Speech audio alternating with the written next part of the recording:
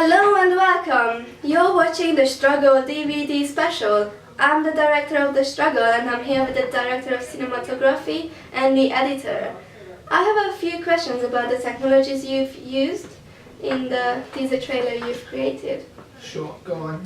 So my first question would be, how did you use media technologies in the construction, research, planning and evaluation? We have used plenty of media technologies. It ranges from a website to a DSLR camera or a GoPro. There's just a lot to talk about when it comes to media technologies. The first one I would like to point out is the actual GoPro, because we haven't used the GoPro before at all, but now we have used it, and therefore we needed to do some test shots because we had no idea how to use one. So what we did was, each shot that we wanted to record, we would do it 3 times, so we would get it right, and the angle wouldn't be too high or too low, or if it would be too shaky or any other thing like that. We have used it to do we used it to do point of view shots as if someone's chasing the other person, to create the reality of how it is. It's way better to use a GoPro than a normal camera and just chase someone like this. It's better to have a GoPro, and we have used it also to do an underwater scene, which looked really impressive because I thought it would look all blurry, but it looked very good, and we decided to use it in our trailer. So once we recorded and did all those test shots, we have reviewed all of the shots on a laptop while being on the set as well, because if you record with a GoPro you cannot see what you have recorded straight away. You have to take out an SD card and put it in the laptop. Hence we also took the laptop with us, which helped us a ton, because if we wouldn't take the laptop, we would have not known what went wrong, and we would have had to record everything again from scratch. So once we have done that, we have looked over it, we realized that the camera and the running, everything made it look too shaky. And we couldn't fix that by refilming it because it would still be shaky, because there's action running. Hence, we have used a software to fix that by stabilizing it. We have used the software called iMovie, and it stabilizes it so it doesn't look as shaky. But then it looks a bit blurry instead, but that can be fixed as well. So we have done that, and then we have also realized that every shot that you do with a GoPro has a fisheye effect on it, which makes it look roundy and not flat as it should be. Hence we have used GoPro Studio to remove that effect, and it looked plain as it should be. So, what technologies did you use for the poster and magazine cover? We have used the green screen, which we also haven't used last time because there was no necessity for it, but it was a bit hard to get used to because of not knowing how to use it. Because if you're going to use a green screen, you have to know that you can't just do different types of shots without knowing that you're going to have to use a background drop for each one. I've put the main actors on the front and for the magazine cover. And what you can do with a green screen is manipulate the background into anything you want it to be. So, which is an advantage for us. Hence we have used it. And we also wanted our font to look attractive and not simply plain, because we have a moderate amount of it. There's actually a lot of transitions and cuts going on because of its genre, which is action and drama. And also it's a teaser trailer, so it has to be rightly paced. And we have used loads of titles. And also we went on a website to find good fonts, and we used one font throughout the whole teaser trailer to keep it consistent and organized. We have used different fonts in our previous task as well, so it was successful. And in order to make our poster to look like an actual poster, we needed to modify it. And to do that, we needed another software called Photoshop. Photoshop has a huge reputation when it comes to editing images, that's why we have used it. We used all the necessary tools to make our green screen shots look legitimate and actually attract the audience. Most of us didn't use Photoshop before, which also made it hard for us to adapt to, but it was worth it because we are proud to show off our posters and magazine covers. Also, in order to make a good shot, you need a good camera, because posters are all about high quality and professionalism.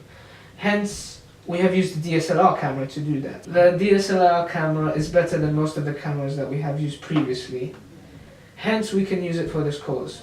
We also used this camera to make establishing shots of our location, and we showed off as much locations as possible in our trailer. We didn't use the DSLR camera before because there was no need for it as much as we did it now. So, what audio and sound technologies did you use? We had loads of problems when it comes to sound overall in this teaser trailer. For example, some of the dialogue in the recording was too quiet and we had no time or actors to film it again. So in order to solve the problem, we had to use Logic Pro to record the person's voice and simply match it with the action on screen. And it actually worked. I thought it wouldn't work out, but it did, so that's good. But then there was another problem. We also had troubles with finding the right soundtrack, which was probably one of the biggest problems that we have ever faced in media. And we even tried to compose a piece on Logic Pro and we used the MIDI keyboard to do it, but it still didn't work out. Even though the piece was good, it didn't sync in with all the action and the pacing and the drama and everything. It didn't synchronize in perfectly like we wanted it to. So we have researched online on YouTube to find the right soundtrack, and our main actor Marwan has found a right soundtrack which surprisingly synchronized well with everything that we saw, and I thought it was a miracle because it was really hard to find. And also, if we wanted to use that soundtrack, we had to credit the artist, and we also had to get the artist's permission. So we did that. We have talked to the creator. If we asked him if we can use it in our teaser trailer, and we would credit him in the end in the billboard, and he agreed. So that was very good. That he actually allowed us and we could use it. So remember the problem I was talking about, that we couldn't hear people and we had to do the voiceover on Logic Pro? Well, in order to avoid the previous problem of not hearing the dialogue properly, we have secretly placed an iPhone on the person who was talking and set it on record. So while we were recording with the camera, the iPhone would be recording them in their jacket or wherever we have placed the iPhone. So then if they were actually too quiet, we could use the MP3 file from the iPhone and just merge it in together without filming a voiceover and trying to lip sync it perfectly. But even though we did that, it wasn't necessary, but it was good just in case. And we also used an iPhone because of how clear the sound is while something is recorded. We didn't do that in our previous task because there was no necessity for that, and there was not as much dialogue as we had in this task. The whole sequence was the non-diegetic voiceover because there was a narrator in that one. So, yeah. So, I heard you got some really good audience feedback. What technologies did you use for that? Well, audience is key when it comes to this type of stuff, and in order to gain audience feedback and gain valuable information from them, we had to use the website called SurveyMonkey. It's a really good website. We used the website to create a survey with questions that would help us in making decisions about our teaser trailer. For example, how do you keep up with the latest movies? What makes you watch a teaser trailer? And so on. In order to actually gain people to do the survey, we have used another technology called Facebook. We've used Facebook to share our survey with everyone. The more people did the survey, the more accurate our findings are, and there's more to analyze from them. We have used the same method for our previous task and it was highly successful. Out of all the technologies we've used the most is Weebly. Weebly is a blogging website, and we blog everything we did and are still doing. We've also displayed our research planning of everything, and we have done this in the previous task. Okay, so tell me a bit about editing, as you're the editor. So what did you use in order to create this teaser trailer?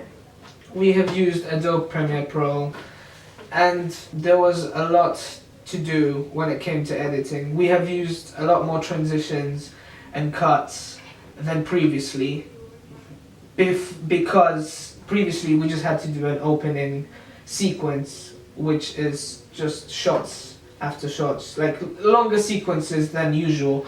And this is a teaser trailer. This is meant to be fast paced, depending on the genre, which for us is action and drama. So we decided it to be fast. Therefore, there would be much more cuts, and that means much more editing. We have used dip to black and dip to white types of transitions, depending on what the mood was. And we've also used an effect called dreams, when there was a flashback scene in the teaser trailer, which made it look how it should be. And I personally, I focus on perfection. I focus on how the sound has to be perfectly synchronized with the action that's going on in the film. So editing the sound with the film is key when it comes especially to a teaser trailer. I cut and resize, copy and paste, and match the sound waves correctly so that then they sound as one and not separate, even though they have been cut into pieces. This was a very important factor when it came to editing, the sound especially. And we have also used a different video of a heartbeat pulse.